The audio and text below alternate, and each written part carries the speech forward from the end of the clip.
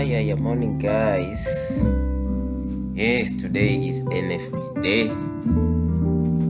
Yeah, this is the day we're having one of the biggest movers. Basically, we all know NFP, what it means. NFP, yeah, it's literally an employment report from the United States of America. So basically what we're gonna do, we just wanna analyze and the few pairs actually that I'm gonna look at, basically gold and Nasdaq. I had a few setups, but still they haven't played yet, though oil played and which else played. Yeah, because I looked at Nasdaq and Euro USD, I think so. So I never looked at gold. So here, this is NAS. Like basically we've been seeing NAS rallying. Yeah, the trend has been actually bullish. This bullishness has been maintained since. So what do we see here? Like I talked about Nasdaq, and on daily you can see series of higher high, higher lows, higher high, higher lows. So the price keeps on making new highs. So what we have here on daily, this is the most recent high. This is what I'm marking, and this red line here, where you see this red line, this is the previous low. So I would call it the hold low. So this is the most recent high. So basically this is a daily trading range. From here should be this should be our daily trading range from here to there. So the way I was expecting all of this week that I would see Nasdaq I would see Nasdaq trying to come back to the discounted areas. As you can see, let me put the Fibonacci on daily. So I was hoping it at least to come to 50 or 61.8 definitely before trying to continue with this trend, but it's still trapped within the area of supply. So let's go to 4 hour. 4 hour, I just want to see, because what I looked at a few days ago, I was hoping to see, I was waiting for this chalk level. This was the chalk I was waiting to see. Yeah, this was the chalk. Well, this is the chalk I was waiting to see, to get actually any confirmation of it mitigating back to the demand area. Yes, it broke and it mitigated, it respected this supply area. As you see, there was a supply area here that actually was respected, then it continued to sell. You see, making series of bearish break of structure, as you could see.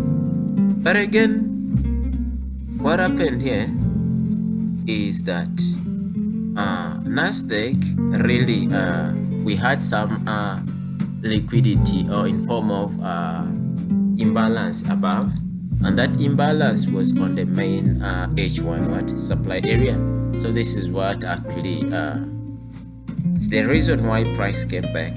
To me, my own understanding, the mitigation one was because of this unmitigated area of supply. You see this red candle, I would mark it as an order block, basically. Yes, because here, as you can see, in between here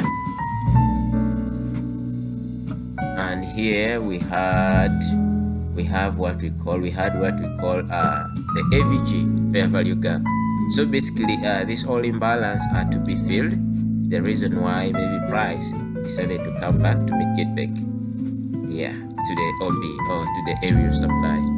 So basically, since we're having NFP today, what I'm thinking, I don't see Nasdaq making a new high or taking out this major high, the one we see on daily that I've marked. Precisely, I don't see it doing that. Since we're having price within the supply area, so let me go to 15 minutes and see. We've been seeing some kind of consolidation since yesterday in late New York session. Price has been consolidating, awaiting for this news actually, which is yet to be released today. Yeah, NFP. Yeah, it's coming. It's gonna be released today, this afternoon, a couple of hours from now. So basically, this entire contraction is due to these major news. So this is where actually we shall be waiting for a massive breakout. And this breakout, it will depend on a few confirmations. Like for me, I normally love to wait for the confirmation or for the breakout. If the news passes, I don't really run for the initial spike. I basically wait for that initial spike to pass, then I see the imbalance which is created by that spike.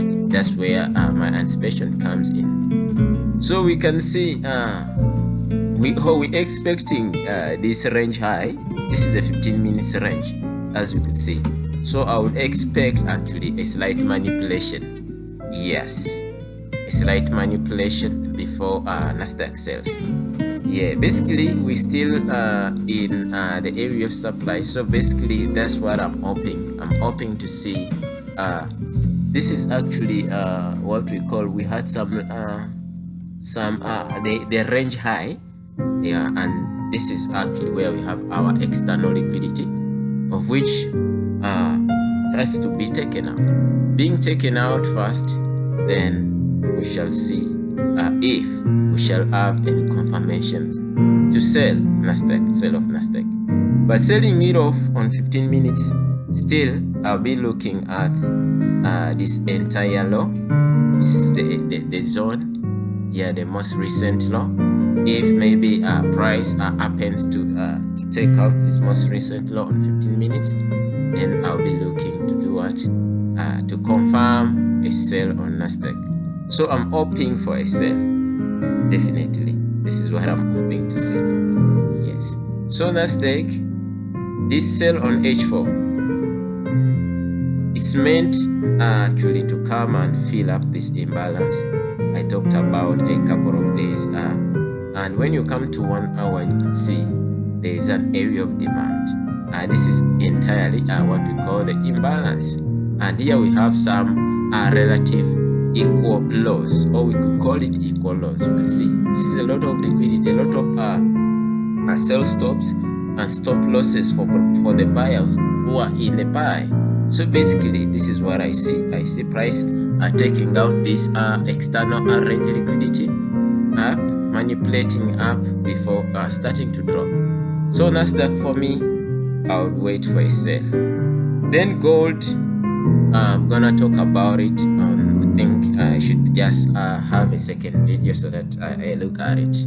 But always I'll be looking to see the manipulation first, then price taking out this most recent swing low on 15 minutes, giving me a choke. Then I'll see if I'll buy. So this entirely, I would say this is would be a distribution phase. On Nasdaq, I'm hoping for a drop before actually Nasdaq continues to buy. Maybe next week, midweek, depending on the volatility. But this imbalance has to be filled. Or nevertheless, it can even decide to drop further down. Yeah. But maybe if it happens to take out this most recent high, this daily high, or it's the H4, yes, then we see a clear break of structure. Then we would wait for a retracement, then we continue with the buys. It will signify that the price actually has made a new higher high. So if it fails to make it, to make a break of structure, to make a new higher high, we would actually wait for a choke confirmation, lower time frame. Then we take some sales because already we have some choke. This is the first confirmation we had. This is a choke we had.